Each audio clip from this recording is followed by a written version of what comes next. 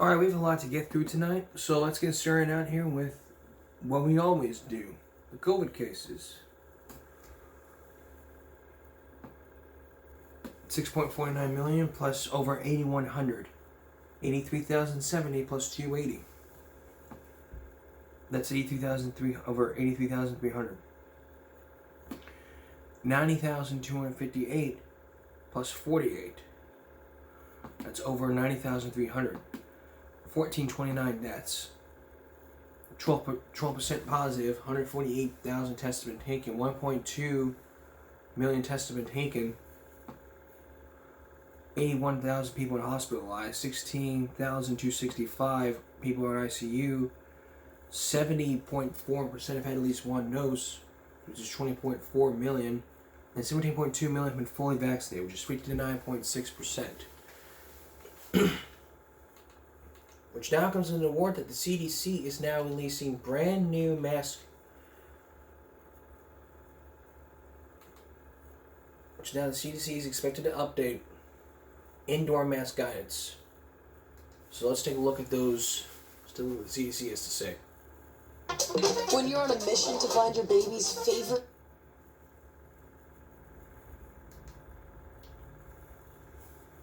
The CDC says it may soon loosen its COVID mask guidance. A growing number of states have already dropped indoor mask mandates for businesses, while the debate over masking in schools rages on. CBS's Mola Lenghi reports. We want to give people a break from things like mask wearing when these metrics are better, and then have the ability to reach for them again should things worsen. For now, the CDC's recommendations remain unchanged. Regardless of vaccination status, everyone should wear a mask in indoor public spaces in areas of high transmission. As of today, that's more than 96% of U.S. counties. In the last 2 weeks, 11 states and Washington, D.C. have rolled back their mask mandates. But 55% of the nation's top 500 school districts require masks, while more than 40% do not. In Pennsylvania, the decision to mandate masks rests with local districts. At Conestoga High School outside Philadelphia, tensions have reached a boiling point. On Friday, dozens of students who believe masks should be optional staged a walkout. Ben Shapiro is a sophomore and works on the school paper. There's a lot of hatred coming from both sides directed at each other. The district says the debate then spilled onto social media, leading to hundreds of comments, then potential threats. The district decided to close the school Monday, moving instruction online. It seems like a distracting environment to go to school in. Every period, it's sort of just wondering, is something else going to happen, or is there going to be another walkout? Well, as a precaution, there's an increased police presence here on school grounds this week. In a statement, the school district said in part that it has been exploring ways to move away from mandatory masking since January, Nora. Mola Lenghi, thank you. And which brings us to the question. Which brings us to our poll.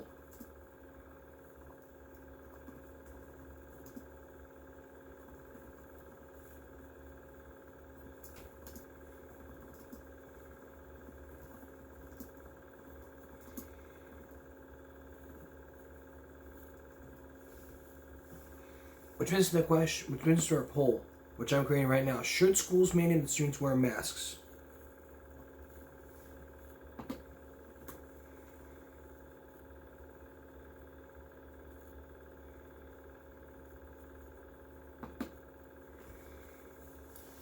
That's the poll. That's the poll question today. I'll have the results on Fridays. Give me a break. Back to COVID right now, and Alice ISD was given a reward. Was being given a COVID reward. What that mean? What that probably means is like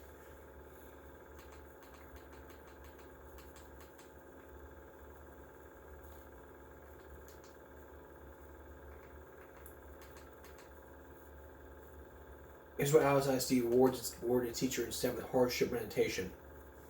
Take a look. Purdue University Globe. There's nothing I can do about the ads. Take a look. Ashley Gonzalez caught up with the superintendent and a teacher, and she shares how the money will help in some areas and who exactly qualified for it. Just take a guess, make an inference here as to what you think that part of the case is. It's called the COVID Hardship Retention Stipend,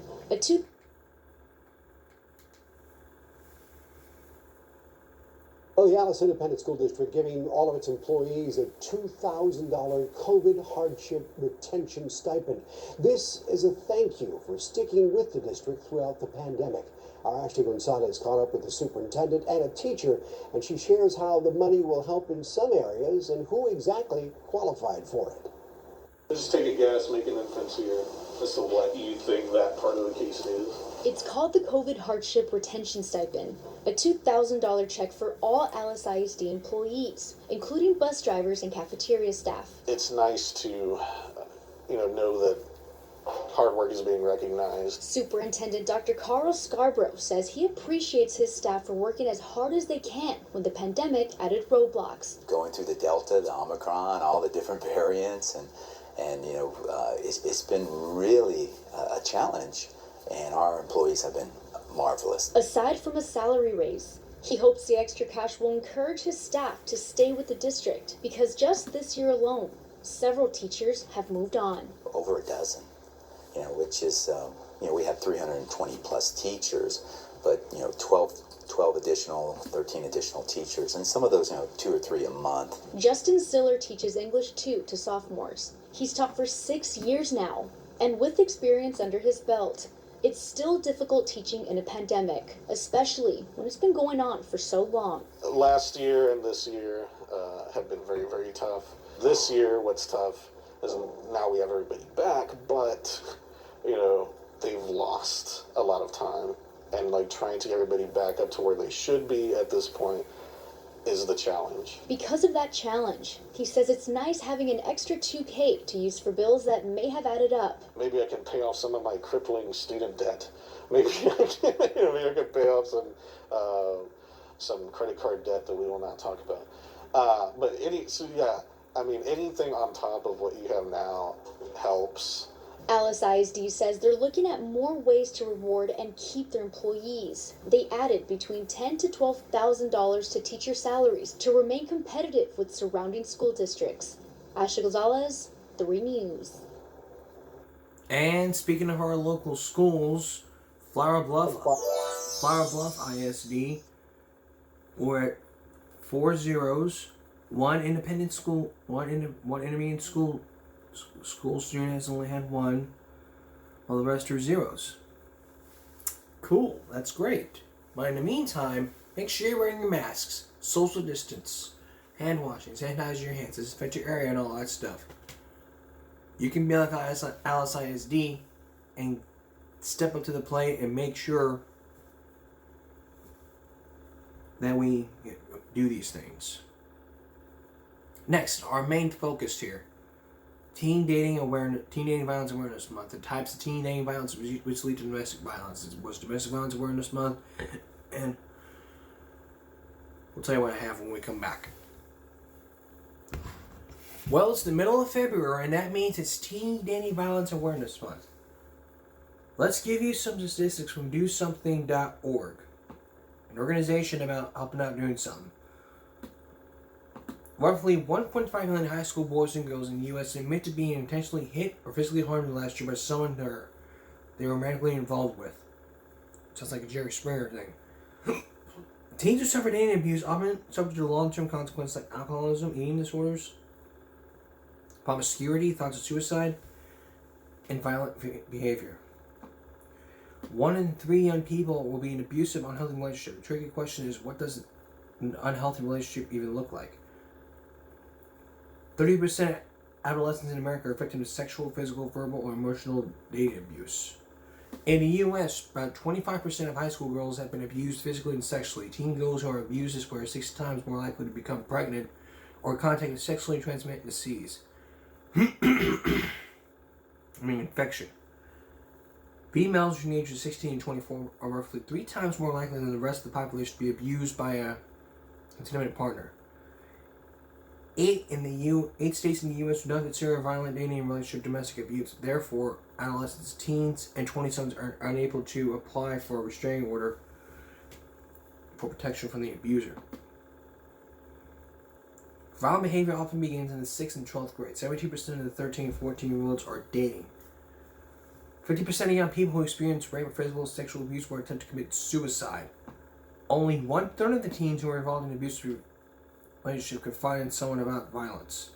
And teens who have been abused hesitate to seek help because they do not want to expose themselves or unearth the laws surrounding domestic violence.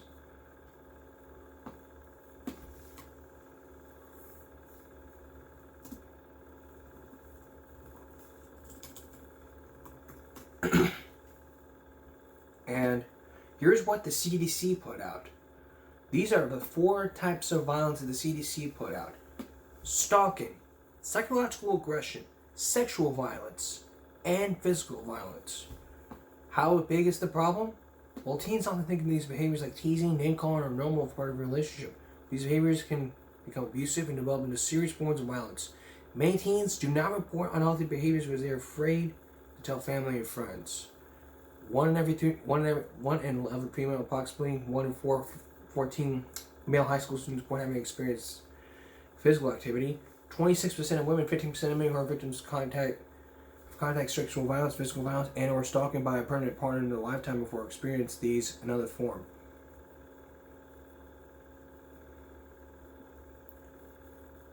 Physical violence is when a person hurts or tries to hurt a partner. Sexual violence is forcing an attempt to force a partner to take part in a sex act. Stalking is a pattern of repeated, unwanted attention by contact by a partner that causes fear for concern on one's own safety. The victim.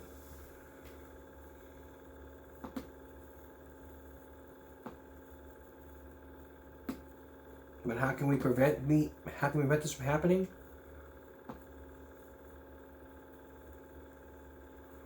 You gotta make sure you talk to your kids about the birds and the bees early. You need to make sure that women gotta talk to your kids and make sure.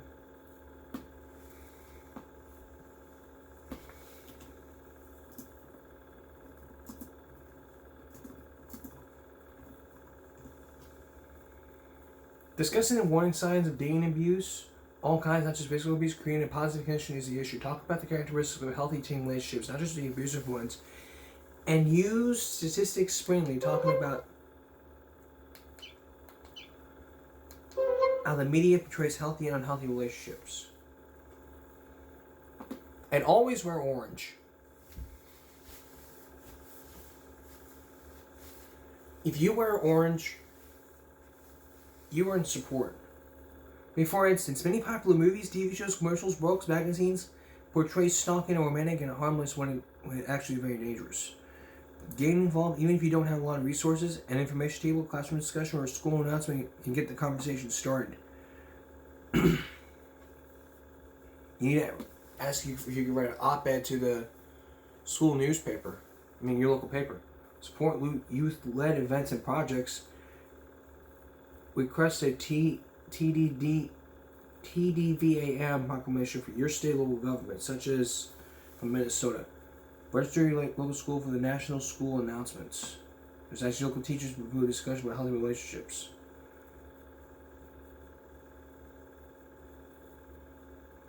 You can get help.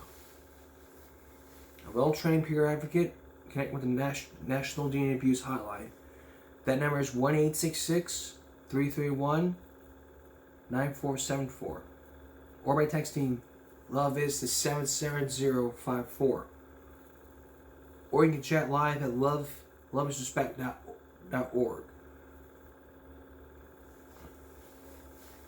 Let's end this teen dating violence so that we don't have to go through it again.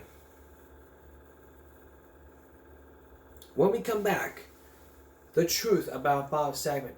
About Bob Saget. He died, but why is the court preventing the family from knowing more? We'll be in the very latest. Stay with us. We still don't know what caused Bob Saget's death, but what we do know is that the judge temporarily blocked release of Bob Saget's records. So why did the judge do that? Why would the judge do that? Tonight, a Florida judge is temporarily blocking the release of photos, video, and other records connected to the investigation into the death of Bob Saget. The actor and comedian's family sued a Florida sheriff and a medical examiner's office to block the release. The judge agreed it would cause them emotional distress. The medical examiner said last week that Saget suffered severe skull fractures, likely from a fall or from hitting his head on the headboard of his bed, and ruled his death accidental. That's what we know so far. We know so far is that he was hitting. He hit skull fracture. He was hitting the head with something. But we still don't know. We still don't know. But if they released it this week or this month, we would know more. Unlike the John Benet Ramsey case, we still don't know who did it.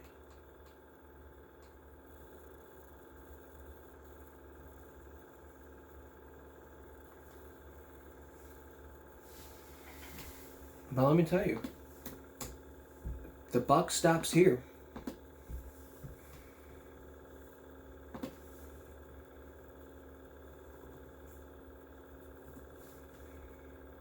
There is new word.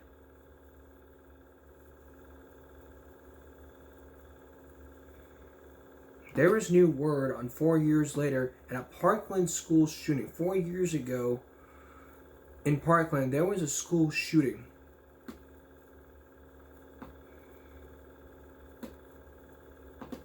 And there was a lot. But there is one. There was one. Yesterday, Scarborough High remains closed as a failed shooting rocks the community. That's why you heard me. There was another school shooting in Scarborough.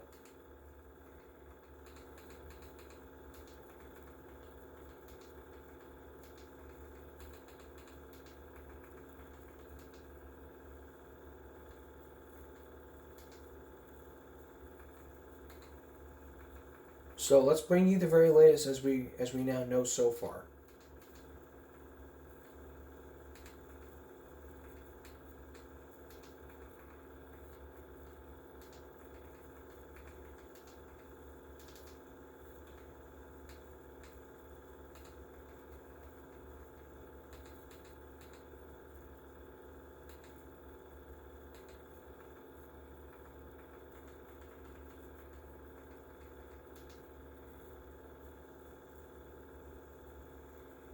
This is the latest from City News.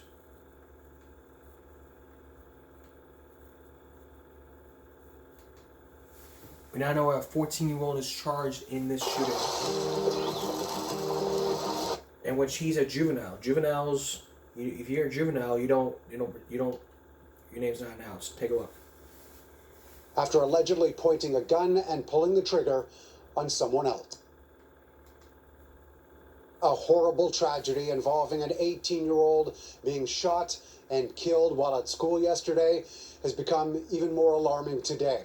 A 14-year-old student here at David and Mary Thompson Collegiate in Scarborough has now been charged with first-degree murder and attempted murder after allegedly pointing a gun and pulling the trigger on someone else. It was described to me as an execution. Toronto police say it was a targeted attack inside the halls of David and Mary Thompson Collegiate after the final bell, when a 14-year-old student shot and killed fellow student 18-year-old Jaheim Robinson, who was pronounced dead on scene shortly after. I've seen the video which captures the murder, and that's exactly how I would describe it, with the suspect running up behind the victim and shooting him at point-blank range. It's alleged that the accused then chased another student and attempted to shoot him, but the gun did not fire. Police say they don't know why, and the weapon hasn't been recovered. After looking at school security video and with assistance from staff and students, the 14-year-old was arrested just before 7 p.m. last night, while on his way to turn himself in at 41 Division. Any kind of act of violence that takes place in a school, which is supposed to be as safe a place as there is anything other than tragic and unacceptable. I think there are some sort of broader and more profound questions that we have to address. How could it be that a 14-year-old could, first of all, have a gun? How could it be that the 14-year-old could decide to take the gun to school? And how could it be that a 14-year-old could decide to use the gun? The age of those involved in shootings in Toronto has become alarming in recent years. 1/3 of homicides so far in 2022 have involved people under the age of 20. A 10-year action plan called Safe TO has been set out to address the issue, but authorities admit there needs to be what they call a full court press on the issue. Enforcement, which the police are certainly a part of, is one aspect. Prevention, intervention. Well, that's the very latest. So we're going to wrap this up here by giving you the right to print arms. Meaning those 3D printed guns, easy to make at home. Maybe those Insta-guns. Here's John Stossel. Technology moves forward. Things like 3D printers are great. So are you ready for 3D printed guns? Anyone can print it. No background checks. Mental illness not a factor. Virtually undetectable. The media are alarmed. This changes the safety of Americans forever. You shouldn't be able to make a gun in your own basement. Massachusetts legislator David Linsky is one of many officials who want 3D printed guns banned. No one should be allowed to make these guns, ever, on their own. That is absolutely correct. Look, we have enough guns in this country already. But there's a bigger issue at stake, says Defense Distributing, the company that owns the blueprints for 3D printed guns. I think it's incredibly important for companies like ours to stand up for rights that are being obviously infringed upon. Not just gun rights, they say, but free speech. The law can treat firearms like firearms. They can't treat the speech used to make them like firearms. We're fighting for the constitutional rights to share these files with the world. Why do you want to? There's enough weapons out there. We believe in free speech. You can't ban lawful U.S. citizens from sharing information with other lawful U.S. citizens, right? You can't ban the sharing of information. This isn't about guns. This is about free speech on the internet. The federal government has a responsibility to keep people from spreading this around the country. Keep people from spreading sounds like censorship. It's not censorship when the national security and public safety are at stake. You can argue it's justified, but it's censorship. The side of the federal building has been blown off. Holy cow. After the Oklahoma City bombing, the U.S. Congress asked the Department of Justice, can we make a law that bans putting bomb-making instruction on the internet? And DOJ said, no, you can't do that. You can't ban putting files on the internet. Nuclear bombs are a little bit different because it's classified information. What's not classified is all over the web. Plenty of websites and books teach people how to make deadly things. Should the Anarchist Cookbook be banned? No, there's no reason to ban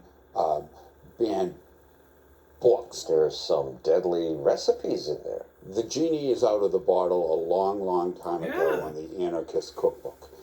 But this is a very different thing, whereby all you have to do is download a file, press a button, and a printer gives you a gun. I don't think that's an accurate description of the technology. There's not just point, click, shoot. Bad people can go to Instagram and get an Insta-gun. People think that with a 3D printed gun, you press one button, click, and a gun pops out. It's actually a very complicated process. It might take a full day of printing. You have to treat the plastic with chemicals so that they're strong enough, and then odds are the gun's pretty crappy. America does have a long tradition of people making their own guns. If we had a ban on home manufacture of weapons during the time of the American Revolution, we would probably still be under the king's rule. Well, it was a very different society. Now we have AR-15s and semi-automatic weapons. Rights are enshrined in the Constitution for permanence. They're not put there for transitory, fleeting references. They're there for the long haul. But the Constitution also says, provide for the common defense. Politicians call printable guns a windfall for terrorists. A direct threat to our national security. Terrorists have access to far more dangerous weapons than 3D printed guns. The notion that, ISIS is having a factory of 3D printers and making these stupid little plastic guns that can fire one shot at a time, it really strains credulity. But couldn't 3D printed plastic guns sneak through airport security? Bullets are made out of metal. They'll just use plastic bullets. You can buy plastic bullets or rubber bullets today in a store. They're not very effective. 6 years ago, when Blackman's client first posted the blueprints, the State Department forced them to pull the files. We took our files down, but thousands of other places on the internet hosting them. It's true. the legislator hadn't realized that. Is that an active website right now? Download now. Anybody can do it. I understand that some people might think that the genie is out of the bottle, but let's put as much of that genie back into the bottle as we possibly can. You can't put the genie back in the bottle. One of the reasons why these efforts to regulate the internet are kind of silly is you can't shut down information. If anything, banning the information creates interest. Right? When you ban some people say, oh, I want to get that, and it makes people want to download even more. For now, the information's out there, and politicians and TV anchors will try to scare you to death. Tomorrow morning, the sun will be shining, the birds will be singing, and anyone will be able to legally download instructions to 3D print their own fully functional plastic gun. That happened. The world's the same. Birds are still singing, the sun's still rising, and I think people are just fear-mongering. There will be a new wave of gun violence. We believe in free speech, which is an important principle, and the state can't take us down. I'll be back in a moment. Before we leave here, an update. When we did the thing where we talked about the Oakland school shooting and the 3 incidents that happened back in the 90s, I asked, do you think the government was blamed for these attacks? Like the Oklahoma City bombing, the Idaho standoff, the CJ Waco? And was Superintendent blamed for this? 67% of you said yes, while 33% of you said no. And on another poll, when you were bullied, 50% of you said no, 40% of you said I left classes I didn't want to go to class, and 10% of you said I only skipped because I was bullied. And on the other one, should parents be arrested for not sending their kids to school 6-1? You said yes, no, you said no. And 91% of you from the update, 3 times that higher hotel price for the Super Bowl, 91% of you said no, 9% of you said yes. And for that, a tie for 40% on pizza and wings, other 0%, chips and dip 20%. And on Friday, the question still remains, should schools mandate that students wear masks? I'll have the full results for you on Friday. I'll see from outside the soccer game. I'll see you then. So that's all for this edition of Give Me a Break Wednesday and going to Thursday. We'll see you again for Give Me a Break Friday. For all of us here at YouTube, good night.